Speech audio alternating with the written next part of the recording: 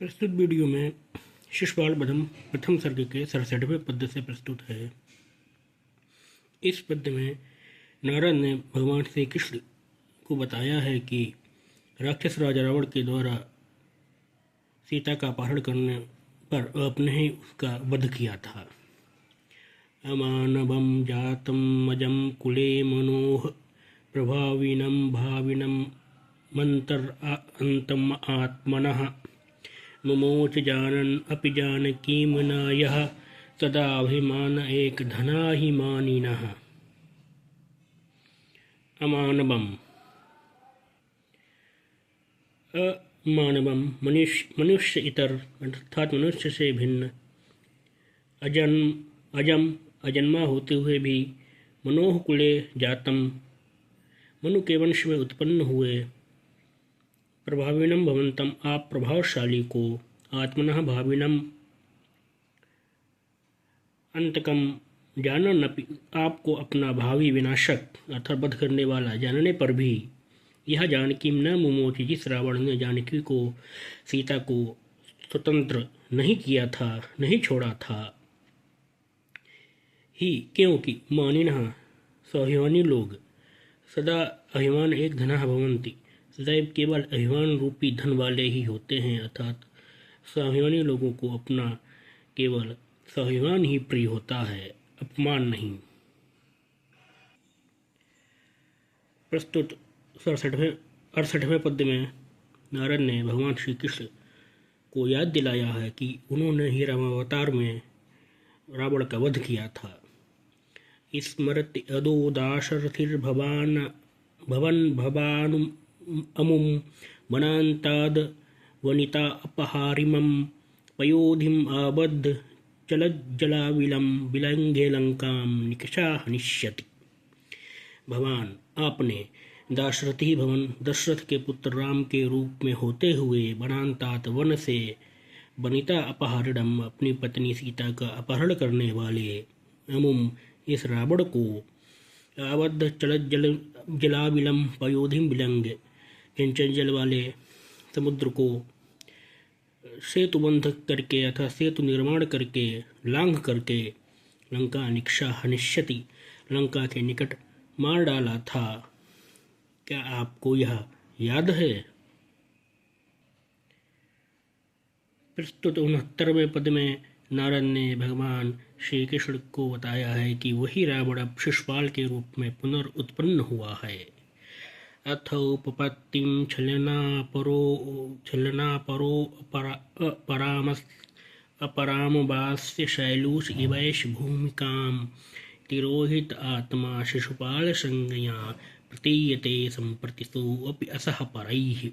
अथ तत्पश्चात तथा रावण की मृत्यु उपरांत संप्रति इस समय छलनापरः छलने में कपट करने में तत्पर एषः यह रावण शैलूषः भूमिकाम इव अपराम उपपत्तिम अवाप्य अभिनेता के समान दूसरी भूमिका को प्राप्त अभिनेता के द्वारा दूसरी भूमिका को प्राप्त करने के समान ही शिशुपाल संज्ञा शिशुपाल के नाम से तिरोहित आत्मना स्वयं के स्वरूप को मानो छिपाता हुआ भी सो परहि असह प्रतीयते यह रावण नहीं है ऐसा लोगों के द्वारा समझा जा रहा है।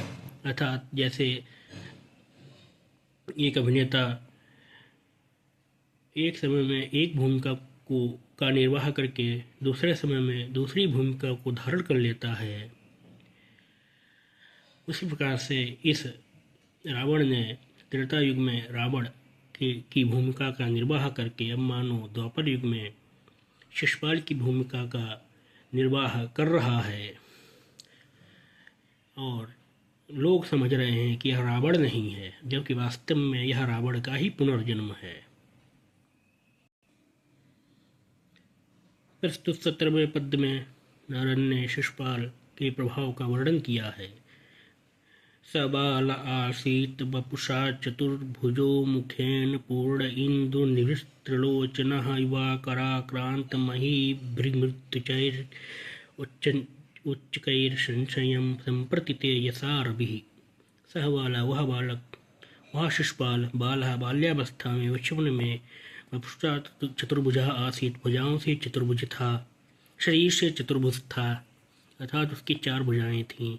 मुखेन पूर्णेन्दु निभम, मुख से पूर्ण चंद्रमा के समान था। त्रिलोचनः आसीत्, त्रिलोचन था अर्थात उसके 3 नेत्र थे। संप्रति इस समय अर्थात युवावस्था में करा करंद्री महीभृत उच्चकैहि, अपने करों से कर प्रणाली से राजाओं को नियंत्रित कर लेने वाला। तेजसा संशयम रवि, अपने उच्चकैहि तेजसा, अपने उच्च तेज से अति तेजस्वी से तेजस्विता से, संशयम रवि निसंदेह वह सूर्य के समान ही प्रतीत हो रहा है। प्रस्तुत 71वें पद्य में नारद ने यह वर्णन किया है कि रावण ने सभी देवताओं को परास्त कर दिया था। स्वयं विधाता सुरदैत्य रक्षसामनुग्रह वग्रह योरदिदृच्छया, दशानना दीन बिरदाद देवता वितीर्ण वीर्यातिशयान हसति असो। यदृच्छया स्वेच्छा से, स्वयं ही, सूर्यदैत्य रक्षसाम देवताओं और दानवों राक्षसों पर, अनुग्रह अवग्रयो, अनुग्रह और निग्रह का विधाता विधान करने वाला होकर के असौ यह शिशुपाल अभिरादादेवतापि वितीर्ण वीर्य अतिशयान, आराधना किए गए देवताओं के द्वारा अत्यंत पराक्रम वाले। दशानन आदीन हसति, दशानन रावण आदि का भी उपहास करता है, अर्थात यह शिशुपाल इतना पराक्रमी है कि देवता दानव दैत्य सभी इसकी स्तुति करते हैं। और यह इतना पराक्रमी हो गया है, इतना प्रभावशाली हो गया है कि मानो रावण का भी उपहास कर रहा है। इसने रावण को भी परास्त कर दिया है। प्रस्तुत 72वें पद्य में देवर्षि नारद ने शिशुपाल के द्वारा संसार को पीड़ित किए जाने का वर्णन किया है। बला बले पदाध अधुना अपि पूर्ववत् प्रबाध्यते तेन जगज्जिगीषुणा, सतीव योषित प्रकृतिः सुनिश्चला पुंसामभ्येति भवान अंतरेषु अपि। तेन जिगीषुणा, विजय की कामना करने वाले उस शिशुपाल के द्वारा, बले पात, बल के अभिमान से, अधुना अपि इस समय भी, आजकल भी, पूर्ववत पहले के समान ही, यथा रावण के रूप में जब वह जन्मा था उसी के समान ही, जगतः प्रबाध्यते, जगत को, संसार के निवासियों को अत्यंत पीड़ित किया जा रहा है। सती योषित इव सुनिश्चला प्रकृति ही भवांतरेषु पुंसाम अभ्येति, जैसे सती महिला अपने पुनर्जन्म में भी पूर्व जन्म के ही पति को प्राप्त करती है, उसी प्रकार से मनुष्य भी अपने पूर्व जन्म की ही मति को, वैसी ही प्रकृति तथा स्वभाव को अगले जन्म में भी प्राप्त करता है। प्रस्तुत 73वें पद में देवर्षि नारद ने भगवान श्री कृष्ण से कहा है कि उनको शिशुपाल का वध करना चाहिए। तदेनम उल्लित शासनम विधेहि कीनाश निकेतन अतिथिम शुभेतराचाराद विपक्तिमापदो विपदनीया ही सताम साधवः। तत् इसलिए विधेय उल्लित शासनम, अतः इसलिए ब्रह्मा के शासन को, ब्रह्मा के आदेश की अवज्ञा करने वाले, उल्लंघन करने वाले, एनम इस शिशुपाल को, एनम इसको, कीनाश निकेतन अतिथिम विधेहि इस शिशुपाल को यमपुरी का अतिथि बनाओ ही, क्योंकि शुभ इतर आचार विपक्तिम आपदः, क्योंकि अशुभ कार्यों के कारण से परिपक्व विपत्तियों वाले असाधवा दुर्जन लोग सताम विपादनीय सज्जनों के द्वारा वध्य होते हैं, वध किए जाने की योग्य होते हैं। प्रस्तुत 74वें पद्य में नारद ने श्री कृष्ण से प्रार्थना की है कि आप शिशुपाल का वध करके देवेंद्र इंद्र को प्रसन्न करें। हृदयम्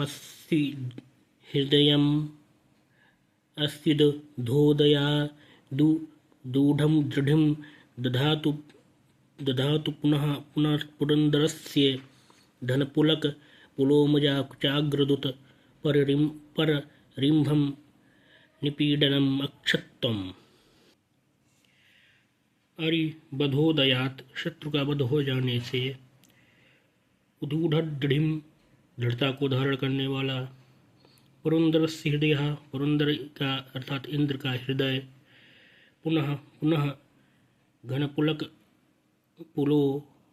घनपुलक पुलोमजा कुचाग्रदुति पोलोमी इंद्राणी के अत्यंत रोमांचित कुचाग्रदुत स्तनों के अग्रभागों के शीघ्र परिरंभन पीड़न अक्षतम आलिंगन रूपी पीड़ा को सहन करने के सामर्थ्य को दधातु धारण करे, अर्थात इंद्र शिशुपाल का वध हो जाने से सुरक्षित हो जाएंगे और इंद्राणी के साथ सुखपूर्वक रह सकेंगे।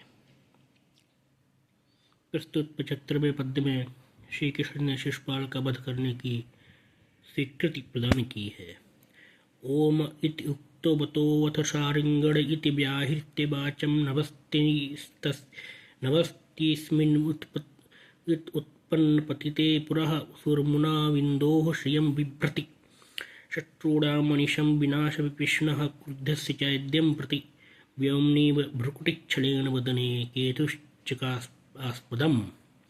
ओम इति उक्तवतः अथ शारिंगणः देवराज